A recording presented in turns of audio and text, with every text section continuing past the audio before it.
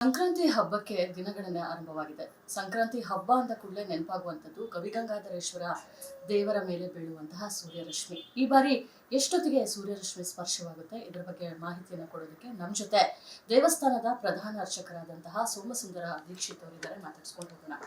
ಸಂಕ್ರಾಂತಿ ಹಬ್ಬದ ವಿಶೇಷತೆ, ಈ ಬಾರಿಯ ದೇವಸ್ಥಾನದ ಕಾರ್ಯಕ್ರಮಗಳು, ಸೂರ್ಯರಶ್ಮಿ ಎಷ್ಟೊತ್ತಿಗೆ ಬೀಳುವಂತಹ ಸಾಧ್ಯತೆ ಇದೆ? ಶ್ರೀ ಗುರುಭ್ಯೋ ನಮಃ. ಓಂ ನಮಃ ಶಿವಾಯ. ಈಶಾನ ಸರ್ವವಿದ್ಯಾನಾಂ ಈಶ್ವರ ಸರ್ವಭೂತಾನಾಂ ಬ್ರಹ್ಮಾಧಿಪತಿ ಬ್ರಹ್ಮಣೋಧಿಪತಿ ಬ್ರಹ್ಮ ಶಿವೋ ಮೇ ಅಸ್ತು ಸದಾಶಿವಂ. ಬಹಳ ಪುರಾಣ ಇತಿಹಾಸ ಪ್ರಸಿದ್ಧವಾದ ಶ್ರೀ ಗವಿಗಂಗಾಧರೇಶ್ವರನ ದೇವಸ್ಥಾನದಲ್ಲಿ ಪ್ರತಿ ವರ್ಷದಂತೆ ಈ ವರ್ಷವೂ ಸೂರ್ಯಲೋಕದಿಂದ ಭೂಲೋಕಕ್ಕೆ ಬಂದು ಆ ಈಶ್ವರನ ಪೂಜೆ ಮಾಡೋ ವಿಶೇಷ ಕಾರ್ಯಕ್ರಮ ಈ ವರ್ಷವೂ ಸುಗಮವಾಗಿ ನಡೆಯಲಿ ಅಂತೇಳಿ ಸ್ವಾಮಿಯನ್ನು ಪ್ರಾರ್ಥನೆ ಮಾಡೋಣ. ಪ್ರತಿ ವರ್ಷದಂತೆ ಸೂರ್ಯ ದಕ್ಷಿಣಾಯನದಿಂದ ಉತ್ತರಾಯಣ ಪ್ರವೇಶ ಮಾಡೋದಕ್ಕೆ ಮೊದಲು ಶಿವನ ಪೂಜೆ ಮಾಡಿ ಶಿವನ ಅನುಜ್ಞೆಯನ್ನು ಪಡೆದು ಆಮೇಲೆ ಉತ್ತರಾಯಣ ಪ್ರವೇಶ ಮಾಡುವಂಥ ವೈಶಿಷ್ಟ್ಯತೆ ಇದೆ. 5 ಗಂಟೆ 14 ನಿಮಿಷದಿಂದ 5 ಗಂಟೆ 17 ನಿಮಿಷ ಅಂದರೆ 3 ನಿಮಿಷಗಳ ಕಾಲ ಪಾದಾದಿ ಕೇಶಾಂತಂ, ಪಾದದಿಂದ ಸ್ವಾಮಿಯ ಶಿರದವರೆಗೂ ವಿಶೇಷವಾಗಿ ಪೂಜೆ ಸಲ್ಲಿಸಿ ಹೋಗುವಂಥ ಒಂದು ವೈಶಿಷ್ಟ್ಯತೆ ಇದೆ. ಪ್ರತಿ ವರ್ಷ ಈ ಕಾರ್ಯ ಸುಗಮವಾಗಿ ನಡೀತಾ ಇದೆ. ಎಲ್ಲ ಭಕ್ತರಿಗೂ ನಾವು ದೇವಸ್ಥಾನದವರ ಭಾಗದಲ್ಲಿ ಒಂದು LED ಕಟ್ಟಿ ಎಲ್ಲರಿಗೂ ದರ್ಶನದ ವ್ಯವಸ್ಥೆ, ತದನಂತರ ಒಳಗಡೆ ಸ್ವಾಮಿಗೆ ಅಭಿಷೇಕ, ನಂತರ ಎಲ್ಲರಿಗೂ ದರ್ಶನದ ಭಾಗ್ಯ, ದರ್ಶನ ನಂತರ ಅಭಿಷೇಕ ತೀರ್ಥದ ಪ್ರಸಾದ ವಿನಿಯೋಗ ಇಷ್ಟನ್ನು ಏರ್ಪಾಡು ಮಾಡಿದ್ದೀವಿ. ಸುಗಮವಾಗಿ ನಡೀತಾ ಇರೋದು. ಈ ವರ್ಷವೂ ಈ ಸಂಕ್ರಾಂತಿ ವಿಶೇಷವಾಗಿ ನಡೀಲಿ ಅಂತೇಳಿ ಮತ್ತೊಮ್ಮೆ ಗಂಗಾಧರೇಶ್ವರನಲ್ಲಿ ಪ್ರಾರ್ಥನೆ ಮಾಡಿ. ಗುರುಜಿ, ಬೆಳಿಗ್ಗೆ ಎಷ್ಟು ಗಂಟೆಯಿಂದ ದೇವಸ್ಥಾನ ತೆರೆದಿರುತ್ತೆ, ಪೂಜೆಗಳು ಶುರುವಾಗುತ್ತೆ? ಮಧ್ಯದಲ್ಲಿ ಏನಾದರೂ ದೇವಸ್ಥಾನ ಬಂದ್ ಆಗುತ್ತಾ? ಹೇಗೆ? ಈಗ ಧನುರ್ಮಾಸದ ಕಡೆಯ ದಿನವಾಗಿರೋದ್ರಿಂದ ಅವತ್ತು ವಿಶೇಷವಾಗಿ ಸ್ವಾಮಿಗೆ ಅಭಿಷೇಕ ಇದೆ. ಯಾಕೆಂದರೆ ನಾವು ದಿನ ಬೆಳಗ್ಗೆ 4:15 5:30 ಅಭಿಷೇಕ ಮಾಡ್ತಾ ಇದ್ವಿ. ಈ ಸಾರಿ ಬಹಳಷ್ಟು ಅಭಿಷೇಕ ಇರೋದ್ರಿಂದ 5:30ಗೆ ಶುರು ಮಾಡಿ 6:30 ಗಂಟೆಗೆ ವಿಶೇಷವಾಗಿ ಅಭಿಷೇಕವನ್ನು ಮುಗಿಸಿ ವಿಶೇಷ ಅಲಂಕಾರವನ್ನು ಮಾಡಿ ಎಲ್ಲರಿಗೂ ದರ್ಶನದ ಭಾಗ್ಯವನ್ನು ಕಲ್ಪಿಸ್ತೀವಿ. 1 ಗಂಟೆವರೆಗೂ ಎಲ್ಲರಿಗೂ ದರ್ಶನಕ್ಕೆ ಅವಕಾಶ. ತದನಂತರ ನಾವೆಲ್ಲ ಶುದ್ಧಿ ಮಾಡಿಕೊಂಡು 4 ಗಂಟೆಗೆ ಸೂರ್ಯ ಭಗವಂತ ಬರೋದಕ್ಕೆ ವ್ಯವಸ್ಥೆಯನ್ನು ಮಾಡ್ಕೋಬೇಕಲ್ಲ, ಆ ಒಂದು ವ್ಯವಸ್ಥೆಯನ್ನು ಕೂಡ ಮಾಡ್ಕೊಳ್ಳೋದಾಗುತ್ತೆ. 1 ಗಂಟೆವರೆಗೂ ದೇವಸ್ಥಾನ ತೆಗೆದಿರುತ್ತೆ, ಎಲ್ಲ ಬಂದು ದರ್ಶನ ಮಾಡೋದು. ತದನಂತರ ದೇವಸ್ಥಾನದ ಹೊರಾಂಗಣದಲ್ಲಿ ದೊಡ್ಡ ಪೆಂಡಾಲ್ ಹಾಕಿ ಅಲ್ಲಿ ನಾವು LED ಕಟ್ಟಿ ರೆಡಿ ಮಾಡಿಟ್ಟಿರ್ತೀವಿ. ತಾವೆಲ್ಲ ಕ್ಷೇಮವಾಗಿ ಕೂತ್ಕೊಂಡು ಆ ಸ್ವಾಮಿಯ ದರ್ಶನವನ್ನು ನೋಡ್ತಾ, ಆಮೇಲೆ ದೀಕ್ಷಿತರು ಹೇಳುವಂಥ ವಿಷಯಗಳನ್ನು ತಾವು ಅವಲೋಕನೆ ಮಾಡ್ತಾ, ತದನಂತರ ಒಳಗಡೆ ಬಂದು ಮೂಲವರನ್ನ ದರ್ಶನ ಮಾಡಿ ಪರಿಪೂರ್ಣವಾಗಿ ಈ ಸಂಕ್ರಾಂತಿಯಿಂದ ಬರೋ 1 ವರ್ಷದ ಕಾಲ ಆ ಪರಮೇಶ್ವರನ ಪೂರ್ಣಾನುಗ್ರಹ ಪಡೀಲಿ ಅಂತೇಳಿ ನಾವು ಇಚ್ಛೆ ಪಡ್ತೀವಿ.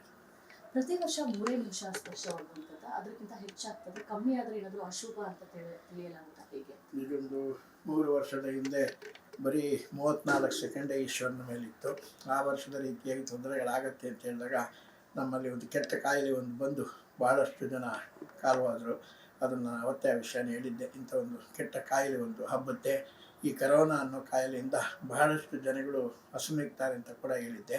ಯಾವಾಗಲೂ ಸ್ವಾಮಿ ಮೇಲೆ ಒಂದು 40-45 ಸೆಕೆಂಡ್ಗಳ ಕಾಲ ಸ್ವಾಮಿ ಮೇಲಿರೋದು. ಅವತ್ತು ಬರುವ 16 ಸೆಕೆಂಡ್ ಮಾತ್ರ ಇತ್ತು ಸ್ವಾಮಿ ಮೇಲೆ.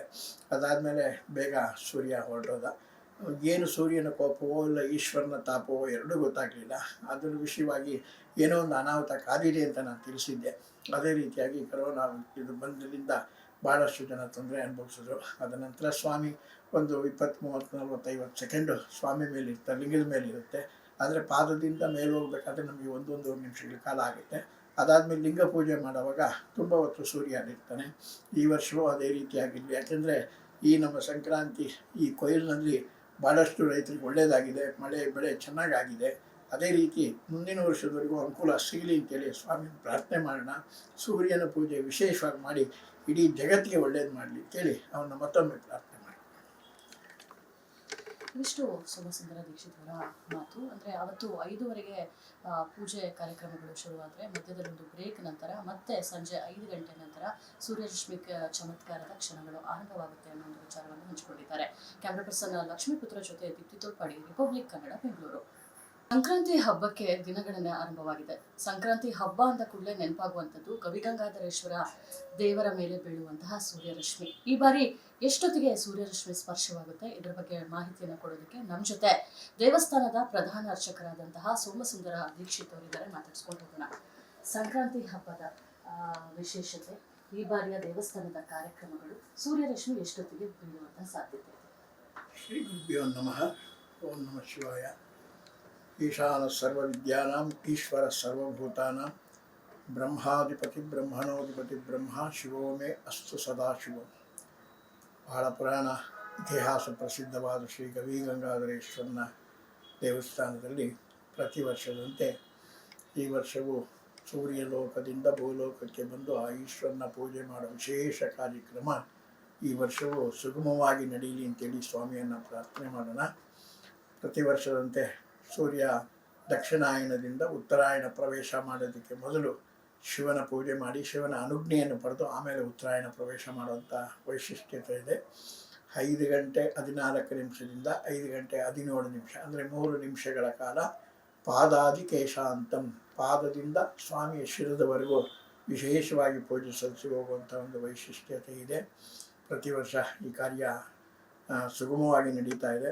ಎಲ್ಲ ಭಕ್ತರಿಗೂ ನಾವು ದೇವಸ್ಥಾನದವರ ಭಾಗದಲ್ಲಿ ಒಂದು LED ಕಟ್ಟಿ ಎಲ್ಲರಿಗೂ ದರ್ಶನದ ವ್ಯವಸ್ಥೆ, ತದನಂತರ ಒಳಗಡೆ ಸ್ವಾಮಿಗೆ ಅಭಿಷೇಕ, ನಂತರ ಎಲ್ಲರಿಗೂ ದರ್ಶನದ ಭಾಗ್ಯ, ದರ್ಶನ ನಂತರ ಅಭಿಷೇಕ ತೀರ್ಥದ ಪ್ರಸಾದ ವಿನಿಯೋಗ ಇಷ್ಟನ್ನು ಏರ್ಪಾಡು ಮಾಡಿದ್ದೀವಿ.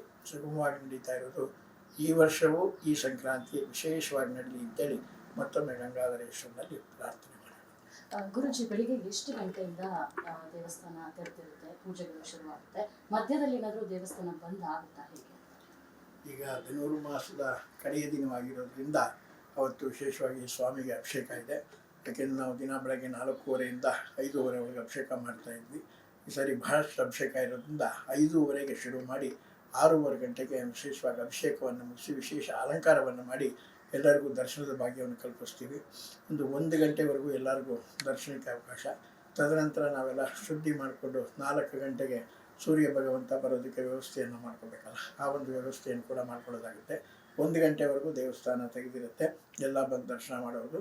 ತದನಂತರ ದೇವಸ್ಥಾನದ ಹೊರಾಂಗಣದಲ್ಲಿ ದೊಡ್ಡ ಪೆಂಡಾಲ್ ಹಾಕಿ ಅಲ್ಲಿ ನಾವು LED ಕಟ್ಟಿ ರೆಡಿ ಮಾಡಿಟ್ಟಿರ್ತೀವಿ.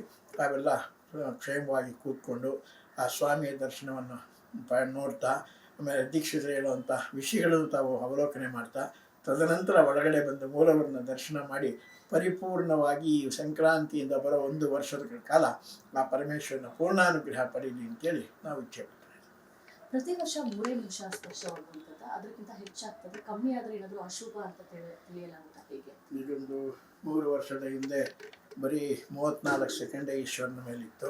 ಆ ವರ್ಷದ ರೀತಿಯಾಗಿ ತೊಂದರೆಗಳಾಗತ್ತೆ ಅಂತ ಹೇಳಿದಾಗ ನಮ್ಮಲ್ಲಿ ಒಂದು ಕೆಟ್ಟ ಕಾಯಿಲೆ ಒಂದು ಬಂದು ಭಾಳಷ್ಟು ಜನ ಕಾಲವಾದರು.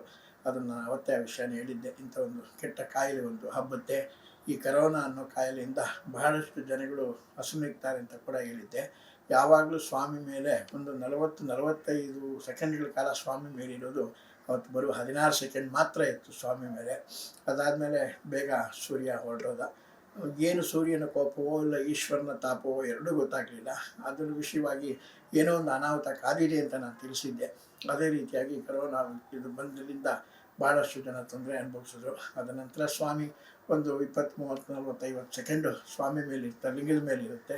ಆದರೆ ಪಾದದಿಂದ ಮೇಲೆ ಹೋಗ್ಬೇಕಾದ್ರೆ ನಮಗೆ 1 ನಿಮಿಷಗಳ ಕಾಲ ಆಗುತ್ತೆ.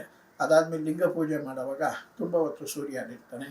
ಈ ವರ್ಷವೂ ಅದೇ ರೀತಿಯಾಗಿರಲಿ. ಯಾಕೆಂದರೆ ಈ ನಮ್ಮ ಸಂಕ್ರಾಂತಿ ಈ ಕೊಯ್ಲಿನಲ್ಲಿ ಭಾಳಷ್ಟು ರೈತರಿಗೆ ಒಳ್ಳೆಯದಾಗಿದೆ, ಮಳೆ ಬೆಳೆ ಚೆನ್ನಾಗಾಗಿದೆ. ಅದೇ ರೀತಿ ಮುಂದಿನ ವರ್ಷದವರೆಗೂ ಅನುಕೂಲ ಸಿಗಲಿ ಅಂತೇಳಿ ಸ್ವಾಮಿ ಪ್ರಾರ್ಥನೆ ಮಾಡೋಣ. ಸೂರ್ಯನ ಪೂಜೆ ವಿಶೇಷವಾಗಿ ಮಾಡಿ ಇಡೀ ಜಗತ್ತಿಗೆ ಒಳ್ಳೇದು ಮಾಡಲಿ ಅಂತೇಳಿ ಅವನ್ನ ಮತ್ತೊಮ್ಮೆ ಪ್ರಾರ್ಥನೆ ಮಾಡಿ.